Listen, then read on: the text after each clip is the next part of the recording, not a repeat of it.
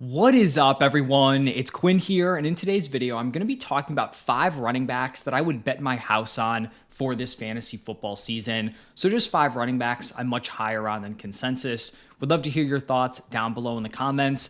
But let's kick it off with Kenneth Walker. He's currently going off the board as the consensus running back 12 as the 207. I have him as my running back 7 as the 201.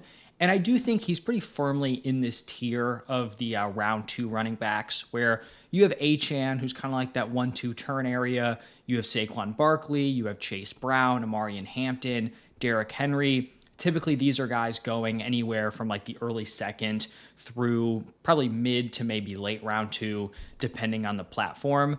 And I think with all these running backs, you're trying to balance talent, situation, and peak upside. And I don't think any of those running backs in that range comfortably check all 3, but I do think Kenneth Walker has the potential to.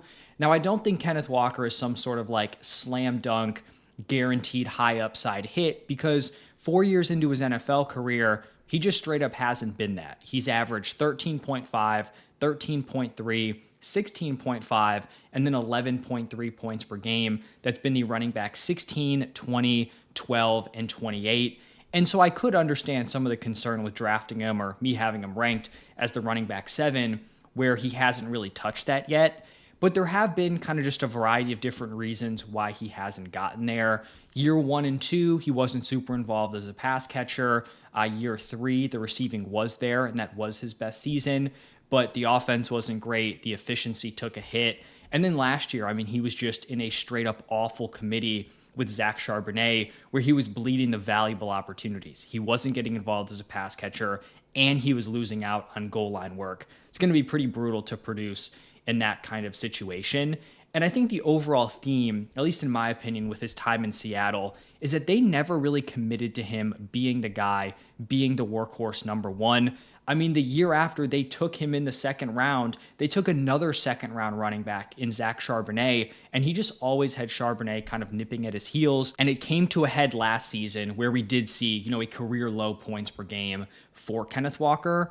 But the Chiefs went out this offseason and they did commit to Kenneth Walker. 4-year deal, $43 million. The Chiefs have really lacked top-end running back play pretty much since like 2018.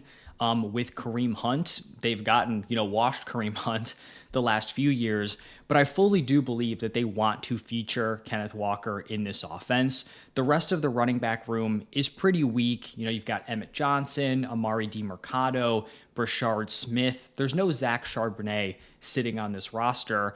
I think the pass catching weapons are still pretty sketchy with Rashee Rice, Travis Kelce, Xavier Worthy. Like you have a washed up Kelce. You have pretty weak wide receiver room. I do think they're going to want to run this offense through Kenneth Walker. And even over these last few seasons, like they haven't had good running back play, but some of these guys have still been productive. A washed Kareem Hunt in 2014 averaged 12 PPR points per game.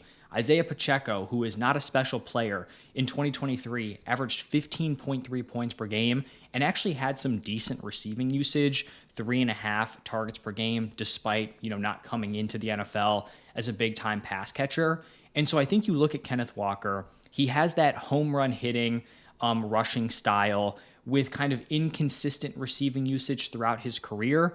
I think the Seahawks weren't super comfortable with that boomer bust rushing style. I think it's clear the Chiefs are, given the fact that they paid up to bring him in this offseason. And I do think Kenneth Walker has some untapped potential as a pass catcher. You look back to 2024, in 11 games, he was targeted 53 times, caught 46 of those. He was 4th in target share at the running back position. And so I do think there's some ceiling there in this Chiefs offense.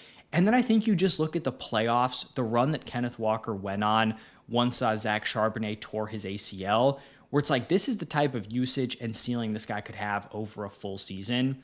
In the 3 games the Seahawks played, Kenneth Walker rushed for 313 yards, scored 4 touchdowns, also caught 9 passes for 104 receiving yards. He went for over 100 scrimmage yards in all 3 games. And so I'm looking at Kenneth Walker.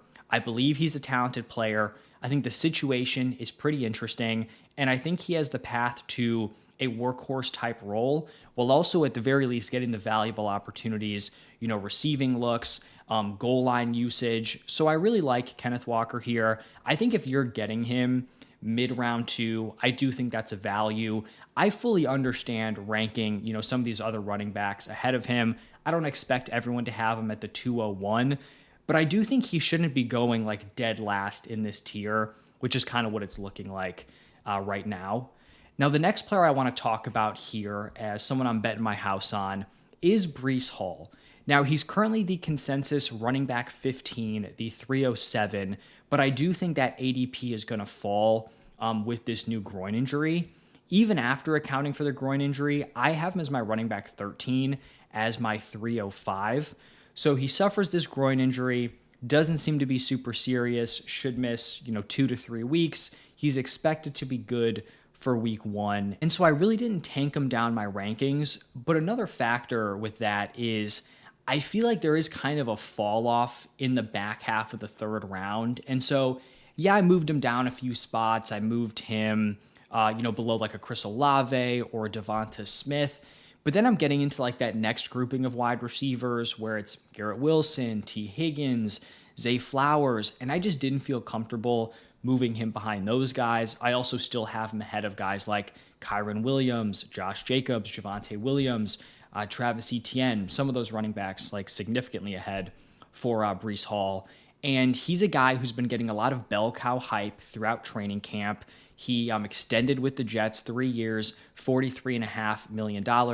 And to me, it makes sense that you pay big money for your running back 1. Now you want to force feed them. To me, logically, it does, compute. And then you look at the preseason game, there were 11 total snaps that the ones took. He played on 10 of those 11 snaps. So the preseason game, solid sign with the usage. And I just think that Breece Hall is a very talented player who's been failed by his situation throughout his career. He has not played on competent offenses. You look back to 2023, the dude averaged 17.1 PPR points per game. He was the running back 6, and he was coming off a torn ACL. He averaged over 20 PPR points per game once he was fully cleared for a full workload. The last 2 seasons, kind of underwhelming, running back 17, running back 20. But I am expecting a competent offense this season with Geno Smith, Breece Hall, Garrett Wilson, Kenyon Sadiq, Adonai Mitchell, Omar Cooper Jr. You have a solid offensive line. I do think this can be at least an average offense from the Jets. And you look at Breece Hall, he's a good runner. He's a great pass catcher. I think he's a super high ceiling player. And getting him in the mid 3rd round, potentially late 3rd round with an injury discount, I do think is something I'd be very willing to capitalize on. The 3rd running back I'm going to be talking about is DeAndre Swift, and I've talked about him in a few different videos recently. He is the consensus running back 22, the 501. He is my running back 20 at the 411. I do think in this range, some of the running backs are a little bit pushed up, so I'm only a couple spots higher than ADP, but you look at some of the running backs going well ahead of him on certain platforms, a Cam Scatabo, a Travis Etienne, a Javonte Williams. I have him pretty much in a tier with those guys, whereas on most platforms, he's kind of a tier below those names. And you look back to last season, he's being drafted as the running back 22. In 2025, he was the running back 16, averaging 14.3 PPR points per game. He is the running back 1 on an ascending offense. And yes, there's going to be somewhat of a split with Kyle Monangai, but he still had a 61% opportunity share last year. That was 22nd at the running back position. This offense should be putting up points. He's going to have solid touchdown upside. He's a very good pass catcher. He had pretty solid advanced rushing metrics in the 2025 season. And then also Kyle Monangai is week to week with a knee injury. So he's going to have a pretty solid run out heading into this season. If he plays as well as he did last year, I think he's going to be a really nice pick in this range. And also just from like a team kind of construction standpoint, when you have an early 1st round pick, or say you're picking at like the 103, the 104, or even the 101 and the 102, it's very possible through 4 rounds, you might only have 1 running back, or even through 3 rounds, you might at most have 1 running back, because the 2-3 turn has kind of dried up with Jeremiah Love and Breece Hall's injuries, and there's no guarantee you get a Kenneth Walker or a Derrick Henry to fall to you. If you're at the 103 and the 104, you might just be completely phased out of the running back position if you're going wide receiver in the first round. And so I think at the 4 or 5 turn range, DeAndre Swift is a really solid pick if he does get there. Then the fourth running back is going to be Bhayshul Tuten. He's the consensus running back 25 as the 5'11". He is my running back 22 as my 5'05".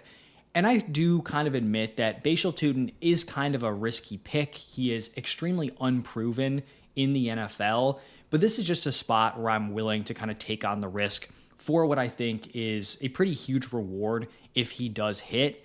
And so you look at some of the running backs going in his similar range. The two guys going ahead of him are David Montgomery and Travion Henderson. The two guys going after him are Jadarian Price and Jaylen Warren.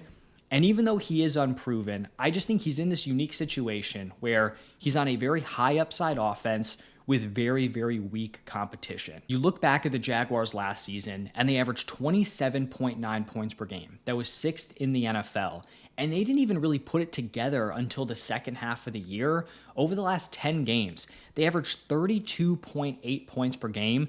And it's not like they were just beating up on bad defenses. They put up 29 against the Texans. They put up 35 against the Chargers, 34 against the Broncos.